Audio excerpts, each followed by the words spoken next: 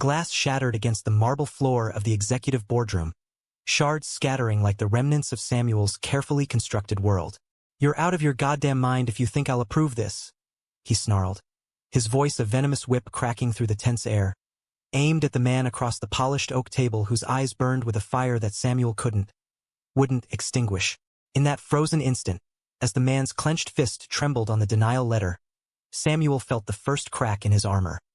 A pull, magnetic and forbidden, toward the stranger's unyielding gaze that promised both ruin and redemption. Samuel Hargrove had always prided himself on being the sharpest knife in the Wall Street cutlery drawer. At 34, with a corner office in the gleaming tower of First Horizon Bank overlooking the Hudson River, he was the guy who closed deals before breakfast and nursed scotch neat after dark. Born in the Rust Belt grit of Pittsburgh, he'd clawed his way up from a scholarship kid at Wharton to senior loan officer, his suits tailored sharper than his tongue. But beneath the crisp Brooks Brothers facade lurked the ghosts of a conservative upbringing, whispers from his father's mill worker rants about those people who took shortcuts, the kind that echoed in the voting booths of small-town Pennsylvania. Samuel wasn't a bigot, not in the screaming, cross-burning way. He was subtler, practical. Loans were risks, and risks had faces, too often in his ledger the wrong shade of brown. That Monday morning in late September, the air in New York hummed with the electric buzz of autumn's edge, leaves turning gold against the concrete jungle. Samuel strode into the boardroom at 9:15 sharp, his polished Oxfords clicking like a metronome of inevitability. His assistant, Lena, a no-nonsense Latina from Queens who'd seen through his charm faster than most, had prepped the file. Marcus Hale, 32, seeking a $2.5 million line of credit for Hale Tech Innovations, a startup peddling AI-driven urban farming solutions. Green Tech Sam, Lena had said over coffee, sliding the dossier across his desk. This guy's got patents stacking up like Jenga blocks. VCs are sniffing around, but he needs bridge financing to scale. Samuel flipped through the pages, his blue eyes narrowing. Marcus Hale, Howard Allam, ex-McKinsey consultant turned entrepreneur, single, no kids, address in Harlem. The financials were solid, projections conservative, collateral in IP assets that could weather a downturn. But the photo clipped to the inside flap stopped him cold. Marcus wasn't just a client. He was striking. Tall, broad-shouldered, with skin like polished mahogany and a fade haircut that accentuated the sharp angles of his face. His smile in the headshot was confident, almost defiant, lips full and curved in a way that tugged at something primal in Samuel's gut. He slammed the folder shut, heat creeping up his neck. Focus, Hargrove. It's business. When Marcus walked in at 10 a.m., the room seemed to shrink. He wore a navy suit that hugged his frame without apology. A crisp white shirt open at the collar, revealing a sliver of gold chain. No tie, bold, unapologetic. "Mr. Hargrove," he said, extending a hand with a grip firm enough to command respect without bruising egos. His voice was deep, resonant, laced with that Midwestern warmth smoothed by East Coast polish. "Appreciate you seeing me on short notice." Samuel shook it, feeling the calluses on Marcus's palm, remnants of weekend basketball leagues, maybe, or hands-on tinkering in his startup's warehouse. "Call me Samuel. Sit." He gestured to the leather chair, settling into his own with the file open like a shield. They danced through the preliminaries, market analysis, scalability metrics, the usual patter. Marcus leaned forward, elbows on the table, his dark eyes locking onto Samuel's with an intensity that made the older man shift in his seat. "Look, I get it. Ag-tech's not sexy like fintech. But imagine rooftop farms in the Bronx feeding families without trucking in produce from California. We're talking real impact, Samuel. Equity in every sense." The word equity hung there, loaded. Samuel's pen tapped the table, a staccato rhythm betraying his unease. He glanced at the projections again, numbers that screamed approval. But then the doubts slithered in. The board's whispers about diversity hires gone south. The last urban loan that defaulted after community unrest. Marcus's face, too, played into it, those features that screamed other, a reminder of boardroom jokes Samuel laughed at to fit in. "It's ambitious," Samuel said finally, his tone cooling like autumn rain. "But the risk profile, it's high. Collateral's intangible, market's nascent. I'm afraid I can't greenlight it." Marcus's expression didn't crumble. It hardened, like steel tempering in fire. "Can't or won't?" The question sliced clean, no accusation, just truth. Samuel felt exposed, the hook of those eyes reeling him in deeper. We've got the metrics. What's the real holdup? Samuel straightened, channeling the boardroom armor. Metrics aren't everything, Mr. Hale. Experience tells me these ventures, they falter under pressure. Urban initiatives, especially. The words tasted like ash, but he pushed them out, watching Marcus's jaw clench, the vein in his neck pulsing. Silence stretched, thick as fog off the river. Then Marcus stood, slow and deliberate, buttoning his jacket with hands that didn't shake. Experience, huh? Or just prejudice dressed in a power tie? He slid the denial letter across the table, the one Samuel had prepped, stamped with red ink like a scarlet letter. I came here thinking this was about business. Turns out it's personal. His gaze lingered, a mix of disappointment and something sharper, almost pitying.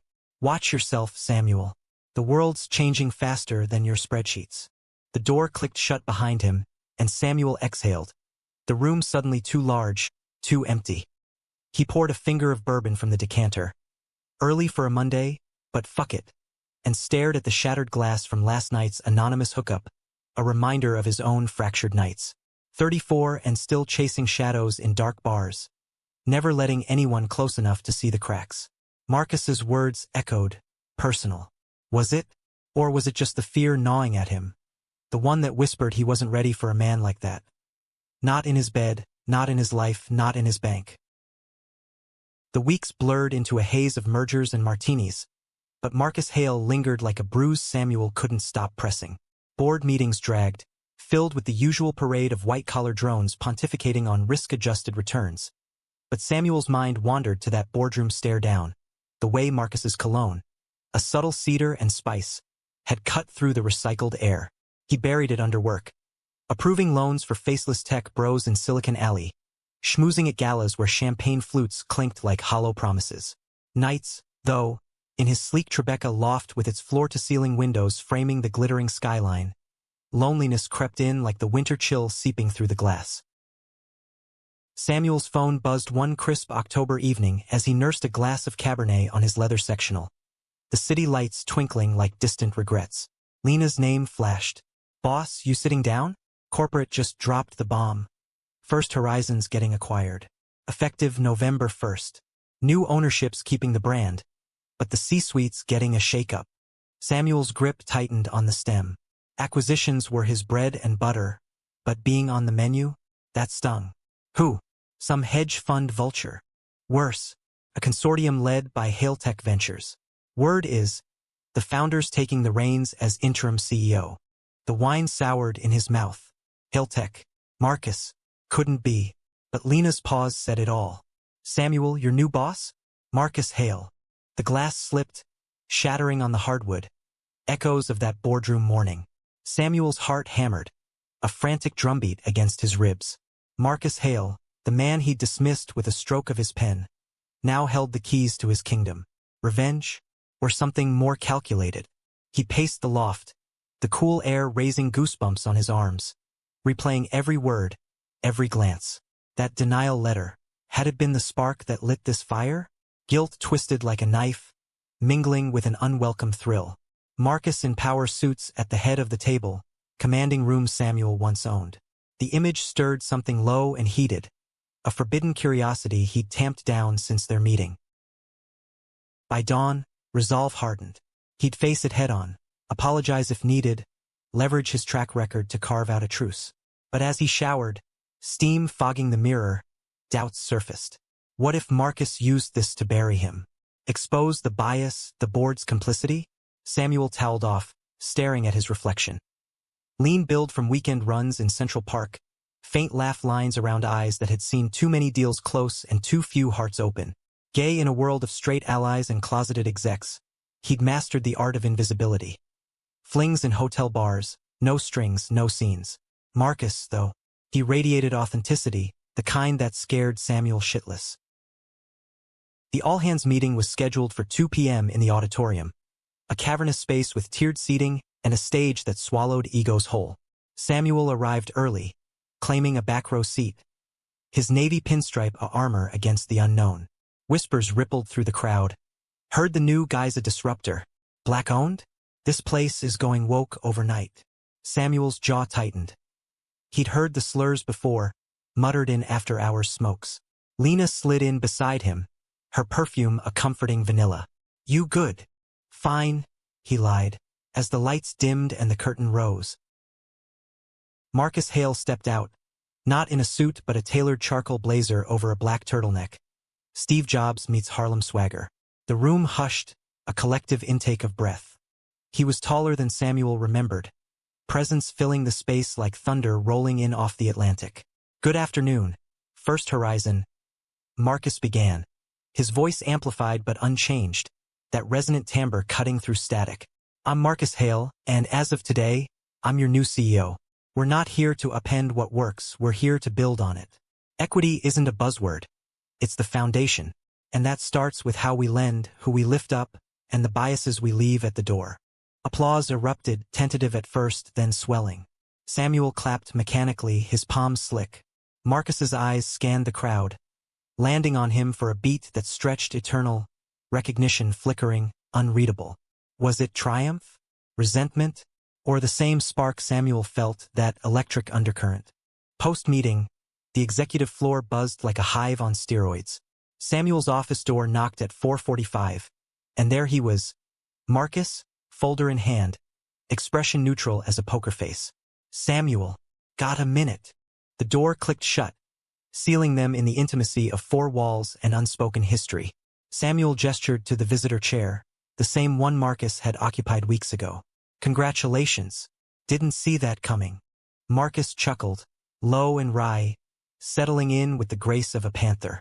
Life's full of plot twists, like turning down a founder's loan and ending up signing his paychecks.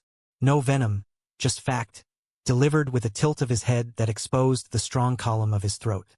Samuel swallowed, heat pooling despite himself. That was a mistake, Samuel said, forcing the words out. The denial. It wasn't personal. Risk assessment. Bullshit.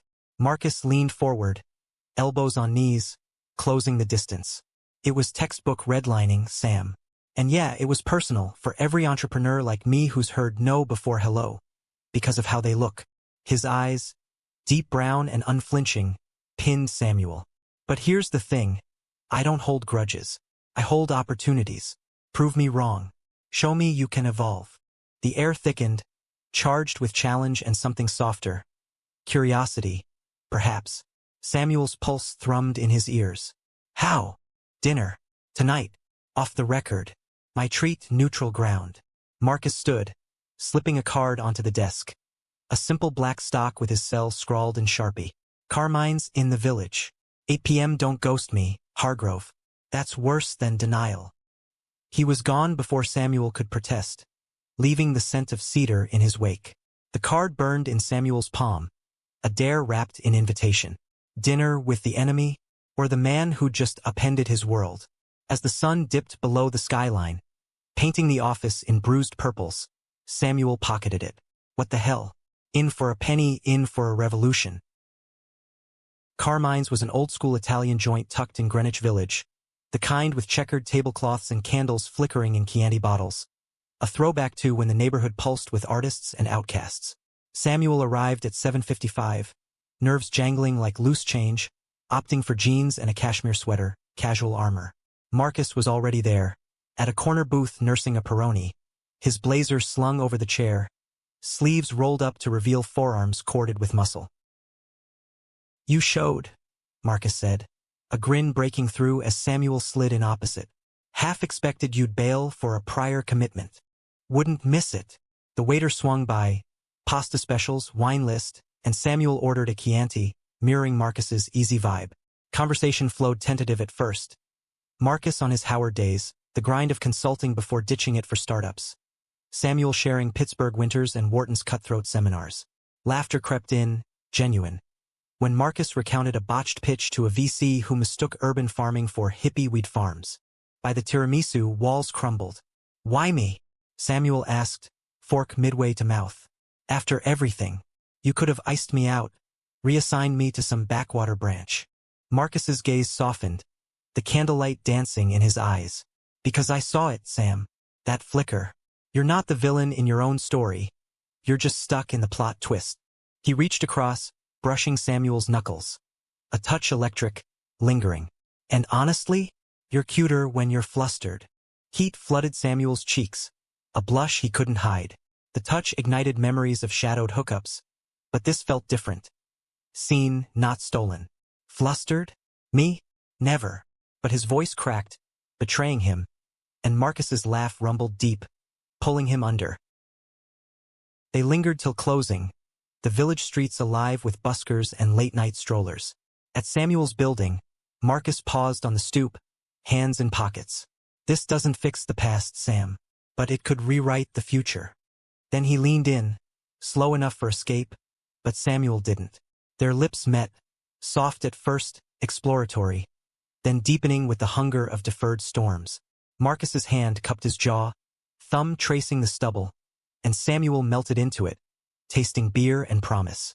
When they broke, breaths mingling in the cool night air, Marcus whispered, "Text me tomorrow." No denials. Samuel watched him vanish into the taxi's taillights, chest aching with a hope he hadn't dared name. For the first time in years, the loft didn't echo empty. It hummed with possibility, with peril. November swept in like a reckoning, frost etching the windows of Samuel's loft as their worlds collided in slow, intoxicating orbit. Morning started with Marcus's texts, witty barbs about boardroom politics or links to articles on sustainable aging, laced with emojis that made Samuel grin like a fool.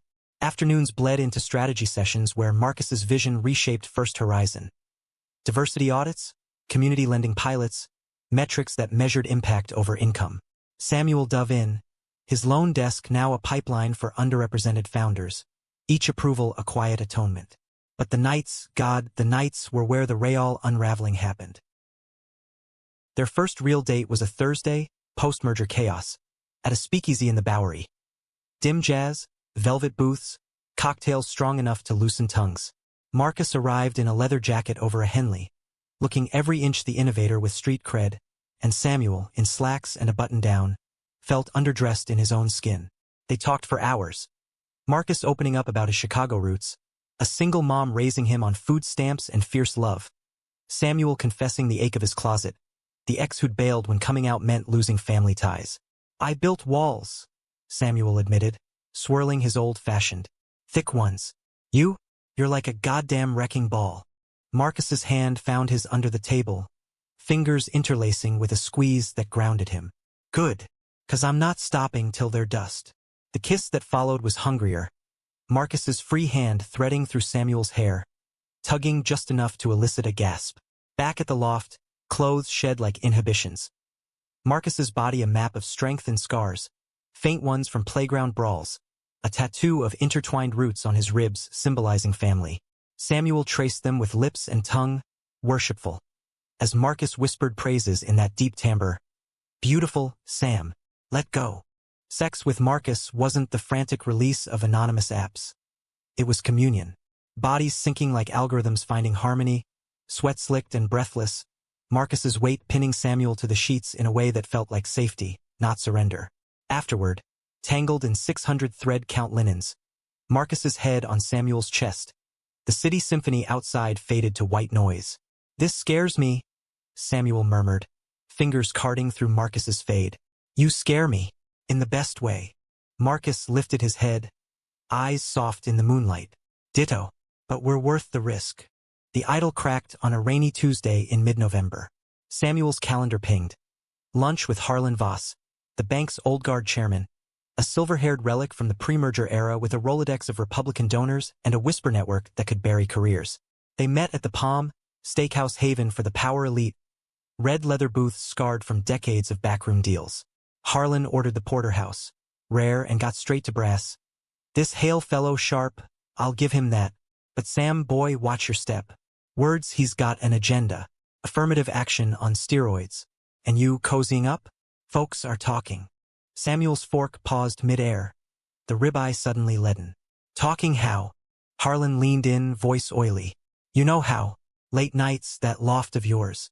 Man's got a reputation, parades partners like it's pride every day. Don't let a pretty face tank your trajectory." The implication hung, homophobic and racialized. Don't go native.